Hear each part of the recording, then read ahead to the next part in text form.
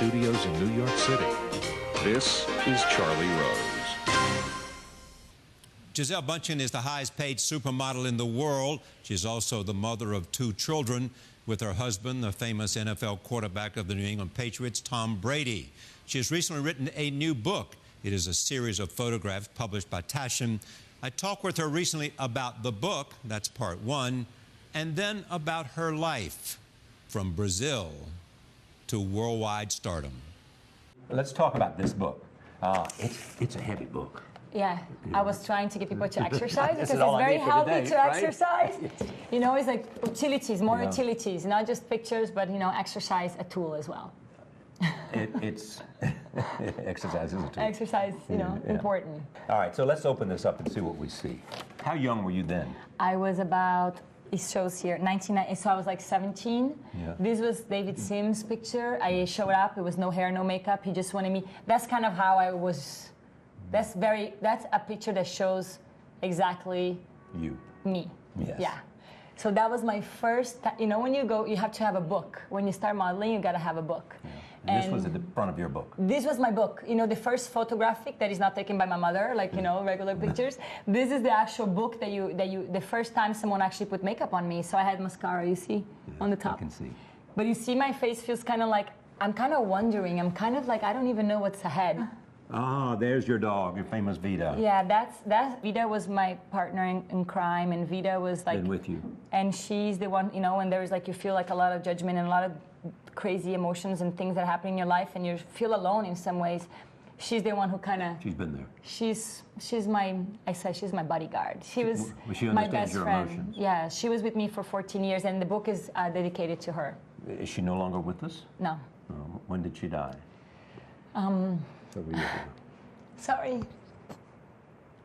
2 years ago. Sorry. So anything that you love.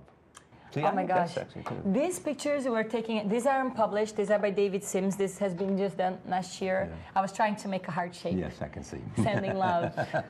And I just wanted to have some special, it was like this. It was, you know, I just asked David, we were shooting for French Vogue, and I said, can you do some pictures for the book? I just want to be however you see me. And then he just took these pictures that are kind of like the shadow, and I like them because they're very artistic and just different than fashion pictures, you know? What's the last one? I think it's Vida. Oh, this is an artist, Brazilian artist, you know, Vic Muniz? Yes. So this is a picture of me when I was 3 years old. And he wanted to do something that he felt like represented me, and I felt like he really did, because he was like, I feel like a child, and I'm a, you know, daughter of nature, and I feel like so connected to it. So I felt like that was a really, there's, you know, the vulnerability and the sensitivity, and I feel like it's very me still today. So a lot has changed, but at the same time, not really. Some things don't ever change. Yes. So we just published a book. Yes. You've announced in April, no more runways. Yes. 35 years old. Yes. Great family. Yes. 2 kids. Yes. One, well, 3. I got a bonus one. Right, you got a bonus one. Want more? You know, I've always dreamed of having 3 kids since I was little, because I come from a family of 6 girls. And I've always thought, like, if I can make half of a volleyball team, it would be great. So 3 was always my number. So I felt like, you know, I'm pretty good on that. Boston is near your home? Boston is my home now. You know, it's where I've been living for the last... 2006, 7, 8. Yeah, I think like 9 years, 8 Yeah. years I've been living in Boston. I really enjoy it. It's a city where, you know, I live outside of the city now, so I really enjoy that. I'm a nature girl. I grew up in a small village in the south of Brazil, so I really enjoy being surrounded by nature. It kind of keeps me grounded and happy.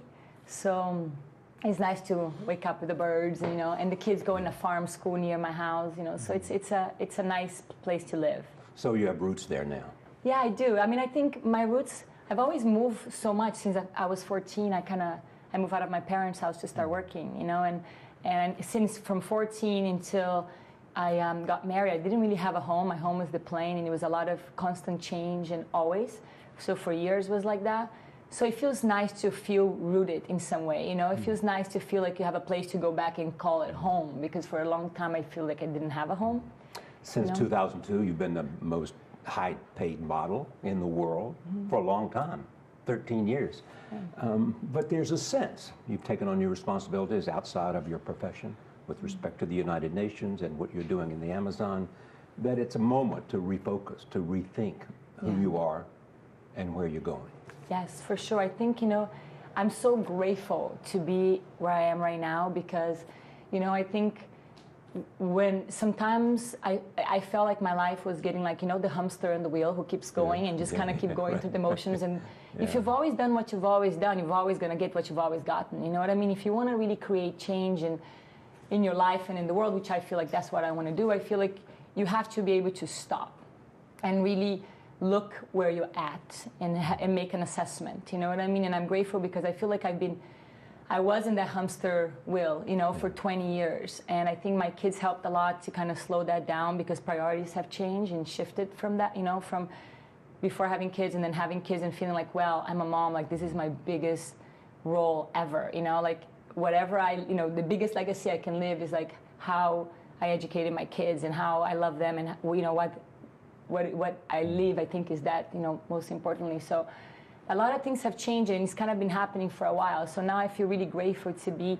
in the space where I'm creating space so I can be a mom for my kids and also work on personal projects, like take care of myself as well and figure out like what is really my passion, how can I really make a difference? Like how I can best serve in some way, that's what I'm thinking right now. So I'm really grateful that I have the opportunity at 35 years old to do that versus just keep going in the hamster wheel. You know what I'm saying? Okay, as you find this balance, though, what's going to be the role of modeling? Are you saying goodbye to that, or? Yeah, I feel like I've been very, I feel fulfilled. I feel like I've given a lot of energy and dedication and focus to that, and I think 20 years is like more than half my life doing that. I feel like is a long enough, and I feel like I still have some contracts and they're going to be still going forward. There's still some things I am going to be doing, but it's not my focus by any means anymore. And beyond family, the thing that excites you the most are environmental issues? Yes, children. And yeah, I love children. Anything to do with children is like, it's so special to me. So I love, Mother Earth and, so more consciousness around that. And I love children, so I think the best way to maybe work with something with children would be in the educational area because that's how you can give them, I think, best opportunities. But I think for me, it's really a time of like meditating and going inward. I meditate daily, but I think it's different when you are meditating daily, but then you have like a million other responsibilities. What is meditation? You do transcendental meditation? I do. Twice a day, 20 minutes a time. I do.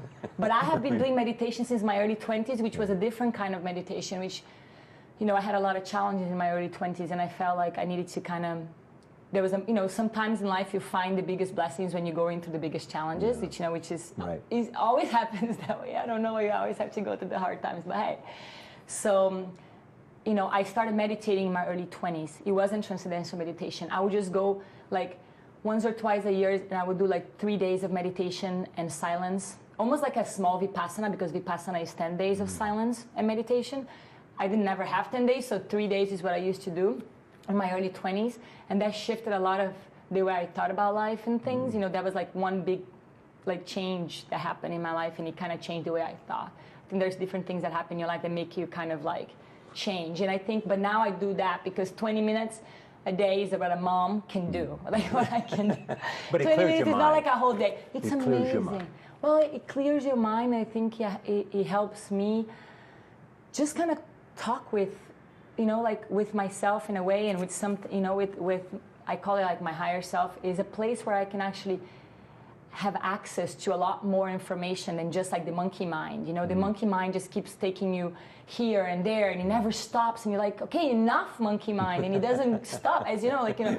one thought after the other, and then you stuck to that thought, and then you realize, and you're like, wait a minute, I don't have to go with this thought. I'm not my thoughts. I am whatever I want to, what is that I want to focus on? What is that I want to create? And I think meditation, for me, allows me to focus and kind of recalibrate and go back into the center where I can come from a place of more, consciousness versus from just like the rat race, Well, there was a time that you looked for spiritual understanding too. I mean, you Yes. sought out Very books, much so. spiritual books, found Yes. Miguel Ruiz. Oh yeah, I started actually when I was 14 years old, because when I left home, and I remember like I had I was going to school, and then when I left home at 14, I didn't go to school. I didn't finish high school or anything. I say my school is life. Is life, is the best school, and I think I was very always drawn. First I started studying astrology and numerology and things like that when I was 14, because it wasn't nobody dictating what I needed to study. I wasn't going to school, I was working, I was living in Japan, and then moved to New York when I was, like a year and a half after that. But I think, spirituality has always been something very important to me. At first, starting like more mystic stuff, I enjoy astrology and numerology, and then Don Miguel Ruiz was one of the first books I've read, the Four Agreements, Mastery of Love, and, I started studying a little bit of Buddhism and Thich Nhat Hanh, and just different forms of religion because I was interested in it. And I tell you what happened actually. When I was 13 years old, I was sent to the principal's office because I was going to religious school, and I was raised Catholic. Brazil is a very large Catholic country. It's one of the largest after the Vatican, I believe. So I'm asking the teacher, I say, listen, I don't really understand why if Jesus says, you have to turn the other cheek, right? If someone slaps you, you have to turn the other cheek. Why is there 10 amendments telling you that? I don't understand. He's like, and then she sends me to the principals. I was like, hello, this is not the answer I was looking for. So I realized it must be more to life. There must be other answers, because if she's my teacher and she cannot give me an answer about a simple question, I thought, and that's when I started studying about more, spirituality and try to find answers in other, forms of knowledge, let's say. So, is there two Giselles? Is there one, the persona of the model? This is the person that you inhabit. Yes, for sure. When you're in a studio. Yeah. When you're on a shot. And then there's you. This other person who is Gisele, who left home at 14, traveled around the world, became the best at what she does, but is a very private person. Because you've said, nobody really knows me. That's true. I think just my personal friends and family really know me, because I feel like, when you start home at 14, when you leave home at 14 years old and you start doing this job, modeling was never something I've ever wanted to do. I was a volleyball player, yes. And I was really into sports. I never had opened a fashion magazine before, so when I'm in this excursion with all these 50 girls, it was kind of hard to miss these girls at the mall, right? So when they see me and they kind of say, hey, do you want to be a model? It was kind of an opportunity that kind of showed up in my life at 14, and I didn't know anything about it, but I knew that... Never seen a fashion magazine. Never seen a fashion magazine. I'm from a village of 10,000 people in the south of Brazil. Like if you go see my city, there's not even a traffic light. Not one single traffic light. Yeah, there's like sometimes you see like cow cars in the street, like I really came from, a small town and middle-class family? Middle-class family. Mother was a bank clerk? My mom worked in the bank. Father was a contractor. My and father other worked things? in real estate first, and then he's a sociologist. Yes. So he wrote a lot of books. So he was very interested in study of human nature and people and society and all that stuff. So philosophy as well. So he wrote like 2 books about knowing thyself. So like he's definitely like the So person. the spiritual side sort of comes from him, and the realistic side comes from your mother. Yes, it's exactly. My father is the guy who, he's the person I can bounce ideas off, about that side, spirituality. And my mom was kind of the person who taught me how to work hard. And, my mother was like always working in the bank. She was up at 6 a.m. making sure we had our avocado vitamin before we leave to go to school. And then she worked all day. She always came home for lunch though, for an hour so we could have lunch with her. And then you wouldn't see her all day. She woke up at Saturdays at 5 in the morning to wash clothes for 8 people, She devoted her life to her family. She was a very hardworking woman, very focused and very devoted to her family. That's the part of you that became a model. Yes, for sure. Absolutely. And I think the part that my dad brought, it was the spirituality and the part of like, we are more than we can see with our eyes, like we are more than what is being told to us, like you have.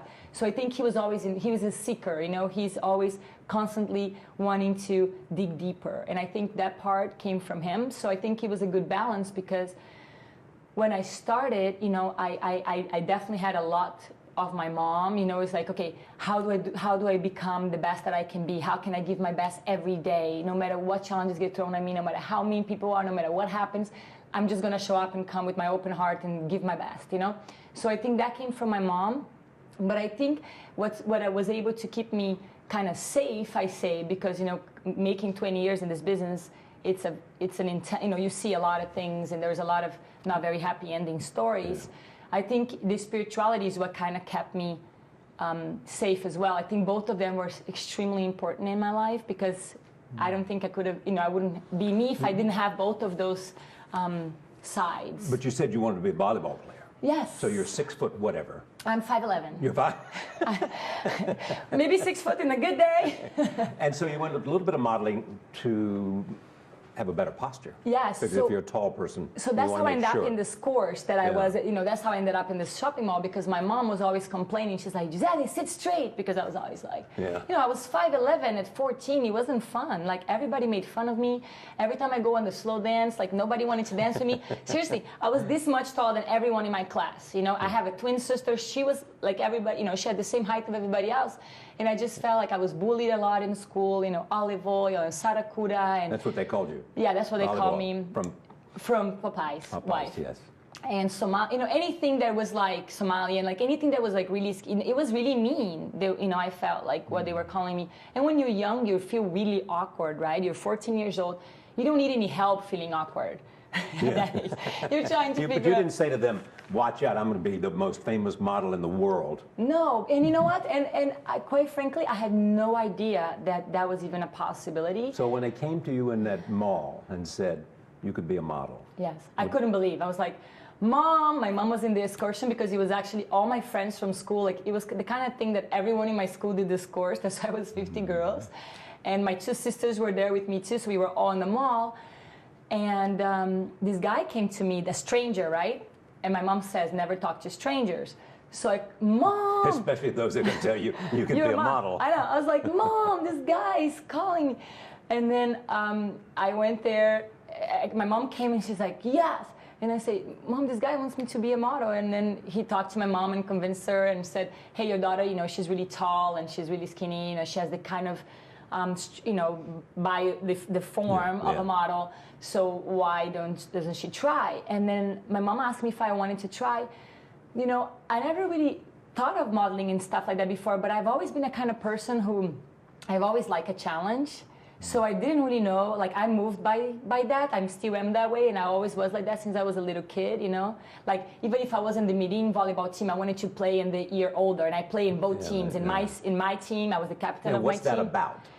I just wanted to kind of push myself. I've always felt like, you know, how can I be better? I don't know. Since I was a little kid, like in class, if I took like 9 in a test, I would be so upset. I was like, why didn't I make a 10? Get a 10? So I think maybe it's part because I have 5 sisters and I have a twin sister. So I think we were always kind of, not in competition, but we were always kind of trying to maybe get my parents' attention, because it was hard to get attention when you're between 6, and I'm the middle child and a twin.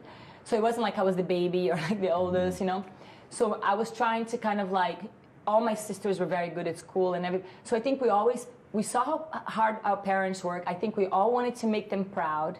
And in order to make them proud also, and to get like, you did good, you know, you have to do your best. You have to be excellent. So when he came and your mother said, okay, this is all right, did you see it as a ticket for you? And did you have any sense that this is what I'm going to be doing for the next 20 years of my life? No. If you told me that then, I'd be like, you're crazy. Like, I would have, you know, I had no idea.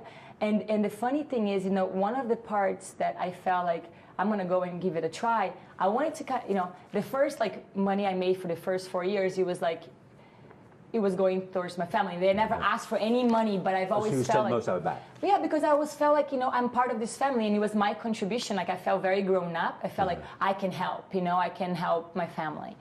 And I felt like very responsible in that way. It made me feel really good about being able to contribute in some way. So it felt like, you know, maybe I was thinking like, if I can be in this business for like 5-10 years, if I can make it, you know, like I'll be able to like buy an apartment. I'm not going to school. I remember like how I bought my first apartment at 19 years old. And I was always thinking like, wait a minute, if I'm gonna finish this job, and because I saw a lot of girls coming and going so fast, and I wanted to have something. So I was like, if I'm gonna have to pay this much money a rent a month, maybe I should just put that money towards a mortgage. And you know, I never spend money on anything, and I just thought at least I'm not going to leave empty-handed, because God knows when this can end. This can end at any time. You know, I saw so many girls, one year you saw them doing everything, the next day you never saw them again. So that could happen to me too, you know. So it's a business that the same way you can start, the same way you can go up, as fast as you go up, as fast as you can go down. It's a very, you know, it's a very intense. Yeah, but you're telling me you were hungry for it. I wanted to just you had real drive and ambition. For anything in my life, because that's the kind of person I am. You know, I think I'm a person who strives to be the best that I can be. I think if I'm going to clean my apartment, you're going to be able to eat on the floor. I mean, I'm that person. You know what I'm saying? Yes, I do know what you're saying. Whatever it is that I'm going to make the time to do it, I'm not going to be there if I can show up 100%. Okay, but clearly you have that. I mean, even Tom, your husband, has said you're one hell of a businesswoman. Well, I think I'm just a human being in constant search for seeing how I can be the best that I can be at anything. Are you the best because of the look that you had? Not at all. No. I don't think so, not at all. Why? Why are you the best? I think you have to ask the people who chose to work with me. Ask the photographers, ask the designers. Yes. And I think kind of and they what would said... they say? You know them, they're your friends. Yes, they're in the book. I think... Did you see their quotes? Yes. So you know too. You see? Well, yes. You know too. Well, but its drive part, yes, certainly the look. I mean, you changed the face of modeling. It was no longer Moss, it became Bundchen. I think I was at the right place at the right time. You know, I think I was lucky. Where the world was ready to switch to a different kind of look. Yes, and then I was there. And you were that look. I was that look. So I was at the right, I felt like I was at the right place at the right time with the right attitude. Photographers have liked you. Yes, they have been kind. I think... Is it because, what? I think because of my personality. Do you really? Yeah. I think I've never complained. You know, I think That's if they say, Gisele, go there, it's below zero in a bathing suit and start jumping. And I'm like, that's what I do, you know. Hey, Gisele, it's 100 degrees in the Death Valley. Go shoot, like, you know. Because you want it so badly. Because I wanted to do my best. Because I feel like, for me, if I'm going to be there, if I choose to say yes to something, and if someone is putting their trust in me, I don't want to disappoint anybody. I'm just not that person. You know, I don't want to, you know, make anyone feel like, you know, like I just don't want to disappoint anybody. I just want to make people, if they count on me, they know I want them to know they can count on me. If they call me up and they ask me to do the job, I'm going to show up and I'm going to give my best. So by the time you signed the Victoria's Secret contract, how many Vogue covers? Oh, man. Like 8 or 9? Like a few, I think maybe more. No, American Vogue, I don't know, but like all Vogues, I have no idea. It began with British Vogue. Yeah, British Vogue. I like that you did your homework. Good job. Look at this. I like intelligent man. So it was British Vogue. It was, and then, but the American Vogue, I would say, was like because it was the return of the curve, and I think that changes a lot, changed a lot of things. But I feel like people like to work with me because I was willing to give your best. Give my best. I really, and I feel like I was always so grateful to be there. I couldn't believe people were giving me a chance. You have to remember, there was always a part of me who felt like the underdog, right? So I'm like, here I am, and people were giving me a chance. Because when, as a kid, you were gawky and you were olive oil and you were all that. And I think that sticks with you. There's a part of that no matter how, I'm telling you, there's a part of that stays with you. It's not unusual. No, it's not. We carry what we learned in our childhood throughout our life. Exactly. No matter where you go, there's always that part of you that you kind of remember that. But did you begin to think inside I'm pretty? Because there's some people who never believe they're pretty because growing up, they never thought they were pretty. Maybe. But you began to realize. I began to realize that I had something that I could do with this. Like I felt like I think I can really do something here, you know? And I felt there was some magic that happened between you and a camera. Yes, I feel very comfortable with the camera. And I think the reason why I felt very comfortable is because I've always separated her, Gisele, this idea. The persona. Then Gisele, the goofball, me, tomboy. Yes. You know what I'm saying? Yes. Because I think the fashion wanted to, created this ideal of glamorous and sexy and all that stuff. And you understood that, and you were willing to serve that thing. Yes, I was. Yes. And that's what made you, among other things, when you're 20 years old, Victoria's Secret gives you $25 million. I want to know the conversation when you call home and you tell them, 25. You're 20 years old, and they want to pay me $25 million. Yes. I have to say that at the time was a really funny thing because I was doing a lot of fashion at the time. And in 2000, you were either a fashion model or a commercial model. It's not like today you can do everything. You can travel between two worlds and be fine.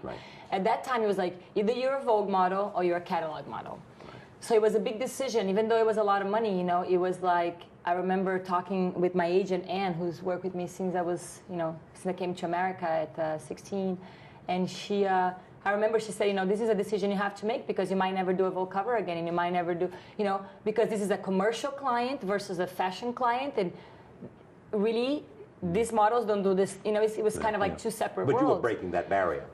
Well, at that time, I didn't really know that I could. Yeah. I just took a chance. I was like, well, I can't. I have to take a chance of never doing fashion again because when am I going to make $25 million again? I got to take that chance. And I took that chance. And it worked out because I was able to navigate between these two worlds. So it may not have been a big deal to your parents because they already knew that you were making a lot of money. Yeah, but I wasn't making that kind of money. You know what I mean? But it was the beginning of that. And what did Victoria's Secret do for you? I think we both were in each other's life at the right time. Yeah. I think we both kind of benefited from... You gave an image to them. And they gave me money. Well, and they gave you exposure too. And yeah, exactly. I think, I think the Victoria's Secret combination was a very good combination. It was, again, being at the right place at the right time, and I think it was a right fit for them and for me. And I think, it was a different kind of exposure because I feel when you were doing a fashion, it was more like a fashion scene thing, and that was more mainstream because it was catalogs and it was more commercial. So, and before I was I never really did interviews or, but now because I was Victoria's Secret, I had PR days and I had all this stuff that I... And you found out you love to talk. And then I was like, I never stop. And then I just been talking since then. What did you say? You wanted a talk show so you could ask the question and answer them. Yeah, my sister says to me, and then my friends like, Gisele, you talk so much, it's going to be like questions and answers by Gisele. I'm like, no, not that much. I'm trying to talk less, but it's kind of difficult. So when you met Tom Brady, yes, then what did your instincts say? I said he was, he's a very kind man. You keep saying that. Because he is. Kindness was what? He's kind. You know him. Yes. He's a good. He's a good man. He has a sweetness about him, and he has almost like he's just very gentle and kind and loving. And you don't meet. I remember meeting him and just thinking like. And I love that when I met him, like he didn't even know how good looking he was. That was another thing that really attracted. No, he didn't really act it like. No, like now he knows that, but at the time I remember just like a guy who's like very sweet and who doesn't come across like I'm so like. There was a humility, there is something that I felt like, wow, this guy is really nice, But he had as much competition and competitive instinct as you did. He was every bit as competitive as you were. Was that part of the attraction? I would say he's much more competitive than me. I would say I'm more a collaborative person because in my job, it's about collaboration. In his job too. What do you think those big linemen are up there? I know, but he's kind of the boss in some way, not in the boss, but he kind of has to dictate. He says, now guys, this is smack something, I don't know, some language, dot, I don't know what, bzz, some language. Whatever he says, football language. But he kind of says, he kind of sets the play. And in my job, I come in and it's a collaboration. It's like, okay, makeup, hair, photographer, stylist, designer. Yeah. What are we creating? Who is this person? Who is she today? Is she, a sex bomb? Is she this? So it is a collaboration. It's like in my job, it's so much more. For me, I feel like it's about understanding and really getting it out, what everybody's But intention. are you kind of a chameleon who can be whatever they need and want? That's what I try to be in my job. Yeah. Yes, I think You can wear the clothes, you can take the look, you can exhibit the character that they want to see. yeah, I think I'm a white canvas. I think that's what makes a good model, you know? I think, white canvas. Yeah, because I think it's like you become the white canvas and then let the painter, let's paint together, you know, how this is going to happen. You know, it's like, I think it's a collaboration because when you come in, you never know what you're going to get to, you know, what character you're going to get to play because people might be thinking, if you see in the book, like, you know, today's Black Week Day, or today you're going to be like painted with, you know, in sparkles, or today you're going to be like, you know, Cindy Sherman feel, or today you're going to be like, you know, so it's just such a different range you can go. With the talent you had, I'm surprised you never became really deeply into acting. I never really, it wasn't really my thing, you know, acting. But you could be a chameleon, you could be what they wanted, you could turn on a dime and be something else. Yeah, but It didn't turn you on? I just kind of felt like I was doing so well in what I was doing, and I felt like, You were safe. You played it safe. Yeah, and I felt like I enjoyed what I was doing. Like I loved being with the people. Like, you know, I felt like I was going to work after a while. It became like seeing people, you know, like you work with these people for 20 years, so it becomes like nice to see them again. Sometimes you don't see them for 2-3 months, and you see them again, and then they have kids, and you get to talk with them. Like I like that kind of relationship that, you know, that I was able to have throughout 20 years in the business, you know, and I did one movie, you know, I did Devil's Red Prada for a day, and then I did Taxi, and I felt like that world of being completely kind of immersed in something for 3 months at a time. Was it wasn't more than you really, wanted. It was more of the role play I wanted to do. I enjoy kind of like getting there at 8 in the morning or 9 a.m. and finish by 6 and be like, goodbye, Gisele is off now, and now I'm gonna go be. The persona stays there, and the girl goes. Yeah, I wouldn't like to leave the persona for 3, 4, 5 months. So then in 2006, you meet Tom. Yeah. You know, you have a long 3-hour conversation, and Yeah, you're saying, long 3 hours. It was like, it was the very end. It was like December 2000. and this is a football player, a great football player, but you knew nothing about football. And I didn't even know nothing. No, nothing. I mean, you would have known something about Formula One racing, but not football. Yes, and about, well, football in Brazil is a different kind of football, soccer, right? right, Soccer. right. So I was like, I don't understand what these people are doing. Why are they stopping all the time? No matter what he did, you knew you liked him. I just thought he was very kind and You sweet. keep saying kind. Because he just is, you know? You also said, and he has said that he's my best friend. Yes. And he has said you're his best friend. Yeah. And he knows that you're there for him as you were when he went through tough times recently. Yeah. And you know that he would always be at your back. Yeah. And these are important qualities for you. Gisele wants to know that her family and her man are there, and her friends. Yeah. You know, because there's still a bit of vulnerability. Because that's what life is about, isn't it? I mean, but I there's think still a it's bit about of vulnerability to say. I'm very vulnerable Still. person. Oh yeah. Still. I'm very sensitive. I think vulnerability is a good thing because I think, I mean, I like to feel things, you know? I feel like my body is my feeling is what guides me, right? So if I don't feel if I'm not allowed to feel what I'm feeling and I don't notice and I stop to really ask myself, how am I feeling about this? How does it feel in my body? How do I know where to go? Is what guides me, you know? So I think that's extremely important, but in the beginning of my career, I didn't really show that vulnerability because it was very scary to show that vulnerability. So I'd rather be like Gisele, the tough, strong, you know, professional and whatever. But that was the image too. Well, that was the image too because I felt like I was safe that way. Because if everyone knew how vulnerable I was, then I would be. It would erode the image. Yeah, well, it would be more. I would be more, exposed to like having to feel so much, and I felt like it was kind of safe to be with this, the Gisele persona, to be the tough one, and then everyone who knew me and my family and my friends, they know that I'm just melted butter, and what am I gonna do? So it was good. It's like you had this two.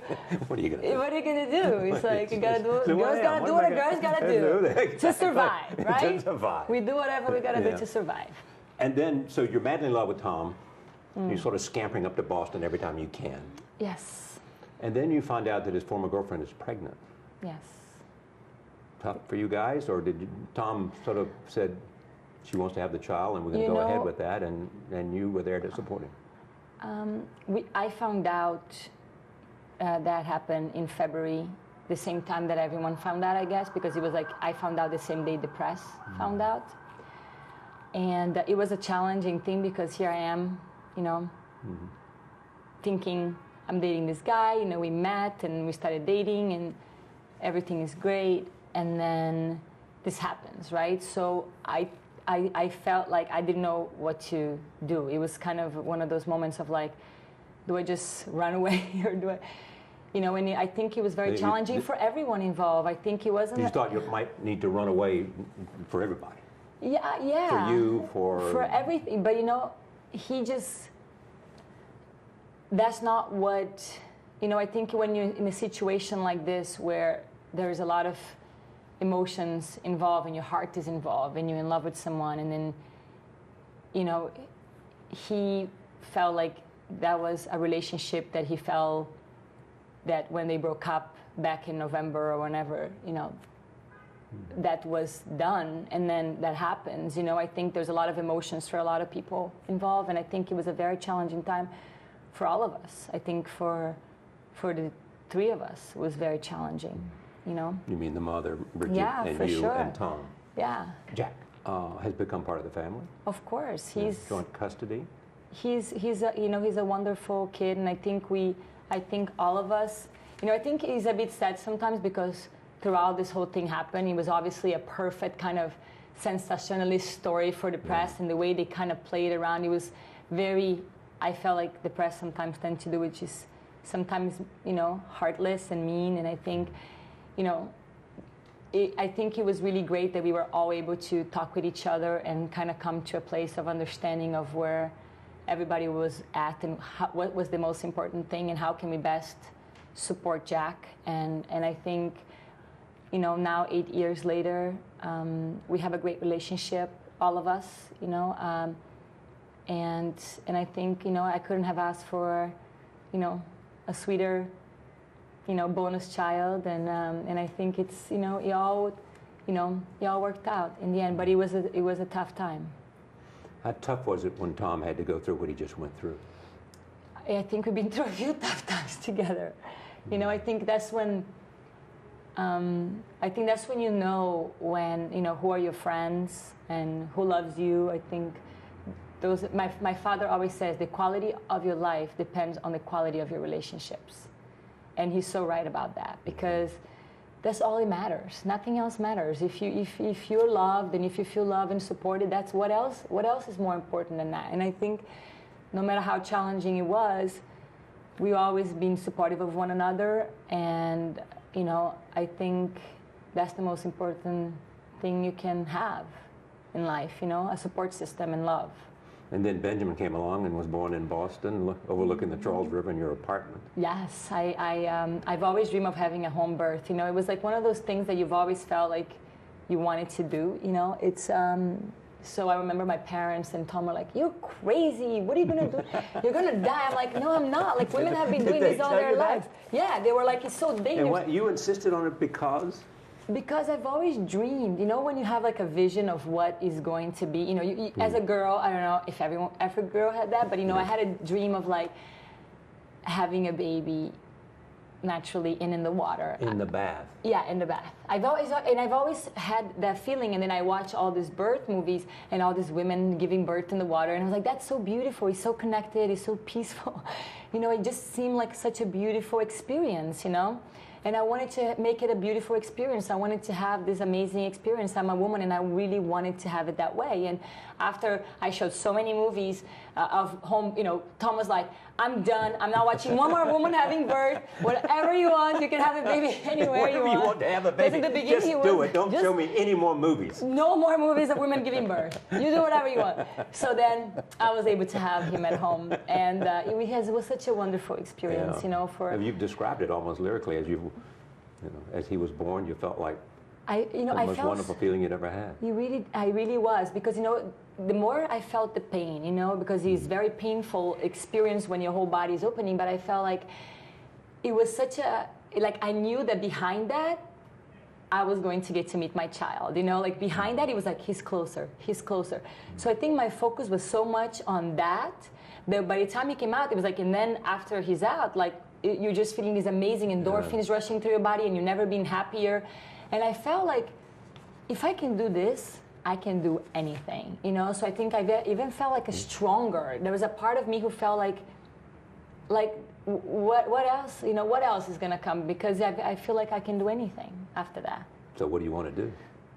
I want to be in service in some form of, you know, bring more consciousness into the world somehow. So I don't know exactly in what form, shape or form that's going to be, but hopefully me and you are going to be having, Many conversations we will have. I'm going to be having another conversation about that. I haven't finished this one. So you're doing the United Nations thing. You're United Nations ambassador to the environment. Yeah, I started because they saw some of the personal projects I was doing with Ikatu Shingu. You know, I used to have a line of flip-flops, and we used to give percentage to, like, we had the Indians working with us, and we were doing a lot of percentage of the sale of this whole line for the time I did it, which was 10 years. It was always for an environmental cause. We were, you know, planting forests or cleaning rivers. A lot of it's for planting forests, isn't it? Yeah, there was a lot for planting forests or cleaning rivers. Like, we actually had a personal project that we did with my family called Agua Limpa in the south of Brazil, which we cleaned the water from, you know, made a lot better quality of drinking water for the city where I grew up in. And so we had a lot of different kinds of projects throughout the years, and the UN thought, like, oh, there's an individual who's actually doing some interesting things, and then they asked me to be a UN ambassador, and then from then on I became a UN ambassador. You gave $1 million+ to the Red Cross in Haiti. You did that. Just why? Just because you thought you wanted to help the people? I mean, I feel like, look, I feel like I'm very grateful for the opportunities I have in my life, right? And I feel like anytime that we can do something to help, I feel, I don't know. Because you've said the two most important lessons you've learned is, one, remember where you came from. Yes. And the second lesson is to give. Those are the two things you've learned most. Yes, for sure. Because giving brings such a joy. You know what I'm saying? Like, even if you give like a smile, you know, if you're walking in the street and people are like in New York, and you like give them a smile, you know, suddenly they smile back at you, and it's like that gift. Especially even that, you.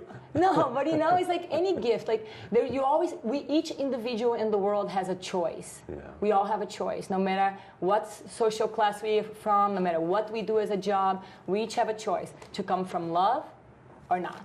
You know, you each every day you have a choice to be a person who welcomes people with love and come from that energy, or come from an energy of not love. And I feel like that's the biggest gift each individual can give. You know, imagine if all of us were going out there and thinking, how can I best, you know, how can I be more loving? How can I be more conscious? How can I be, you know, I think the world would be a different place. And I think everyone can do that. That doesn't cost anything. To be nice, to be loving. You really are a reflection of your mother and your father, aren't you? On the one hand, go get it, and the other, understand the meaning of it. Yeah, because I mean, right? What is to do? Just to go and get. I mean, so what are you going to do with all that? How do you like all this celebrity stuff? It's part of who you are. It's part of why you are, in part. The public's demand to see your photograph is part of the reason that you've had and dreamed and seen and done things you never could have imagined. Yes, I'm grateful for that. Because the public wants to see you. Something you earned, something you were better at than anybody else, if in fact the measurement is, you know, how many covers you're on. There are people who say now that you are the last supermodel. And I say that with some caution, because my sense is that's not how you view yourself as a supermodel. I don't. That's what you do? That's what I do. That's my job. That's not who you are. 100% correct. That's my job. And I'm not quite sure I understand where you're going from here in terms of your job, other than you're going to passionate interest that you have, family that you have. Where does this part fit in that is about the world that you have been in for the last 20 years? Are you moving away from that after you get through the contracts you have? Are you? Yes. I'm not saying I'm never going to model again. Maybe there is something that I really believe in.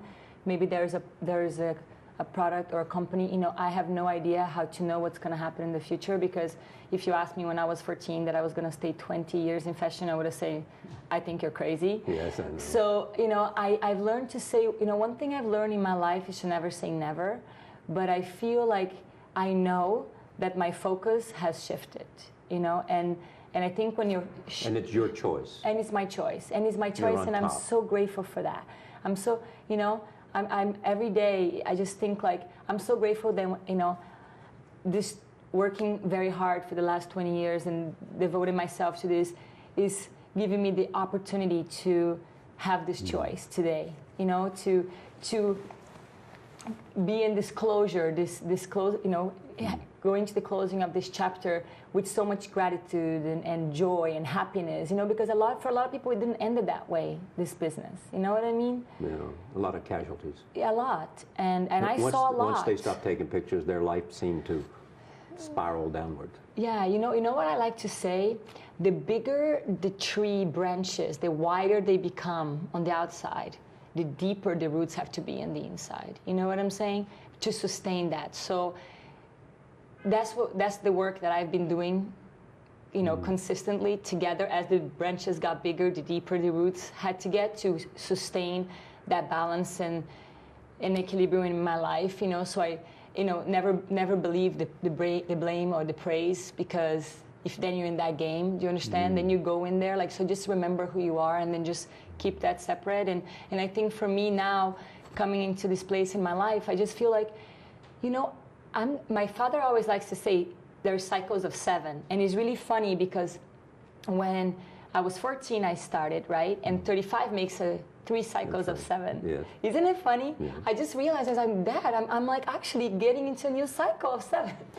Do you worry about getting older? Getting older, the word I like to use is getting wiser, because I'm really interested in learning. Like, I kind of gravitate towards people that have something to teach me. Like, you know, I want to meet with Noam Chomsky, and I want to meet with Otto. I'm meeting with all these amazing people because I live in Boston, so I get these amazing professors at MIT. So I'm just so interested in what those people have to teach me. Is part of this wanting to learn some of the things that because you were so busy and you were earning, and you were on a plane all the time, and you were on a runway all the time, and you're in front of a camera all the time, that now you're having time to sort of drill down? Yes, and really do and really kind of like discover, you know, what inspires me, and kind of be, you know, moved, because I think sometimes when you are in the hamster wheel, right, and you're just going, right. You're not noticing that you're just going like that, right, until you stop and you're like, wait a minute, I'm in this, I'm here, I'm just going through the motions, and I'm not really, and I feel like I'm in a place of my life where I can sit and say, well, the wonderful part about having, you know, I was always wondering, like, how did I become a model? I never really knew about fashion or care about, like, how did I become a model? And now I kind of feel like I know why. I think I needed to acquire those things that this profession gave me, so I can have maybe perhaps a voice or on the subjects, to talk about the subjects that I find important, and to actually also meet the people that I find interesting and inspiring, because maybe now they want to meet me, and maybe before they wouldn't want to meet me. I don't know. I feel like that's part of like what I was able to acquire as tools for this next chapter of my life. And the paparazzi drive you crazy?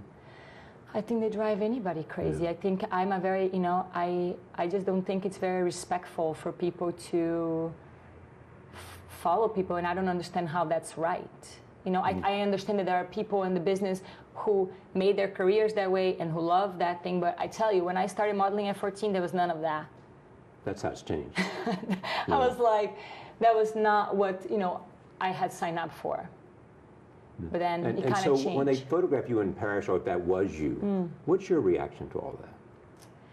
You know what I feel about paparazzi? Burqa and all that I stuff. feel that paparazzi are, you know, is feeding a system and a media that doesn't have to fact check. They don't have to say, they don't have to know what's true, what's not true. They simply can create any story about anything they want, and they have zero accountability for anything. It's not journalism. Like, if you're going to talk about something, you have to be accountable for what you're saying, because you have to be responsible, and you got to take accountability for what you're saying. But the problem in this today's world, these magazines, you know, the gossip world I'm talking about. And there's too many of them for you to simply say, that's not me, and that's, well, the way, or if it is me, it's none of your business. The way I choose to deal with gossip, let me explain. Gossip is a very low vibration energy, okay? Very low vibration energy. And if you choose to focus on that energy, which is a free will world, everyone can focus in whatever energy they want to, that's the energy you're going to create more of it in your life.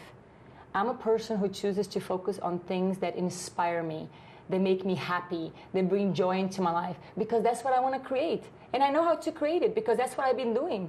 You know what I'm saying? Like, if I would have listened to the haters when I was 14 years old, I would have never been who I am today.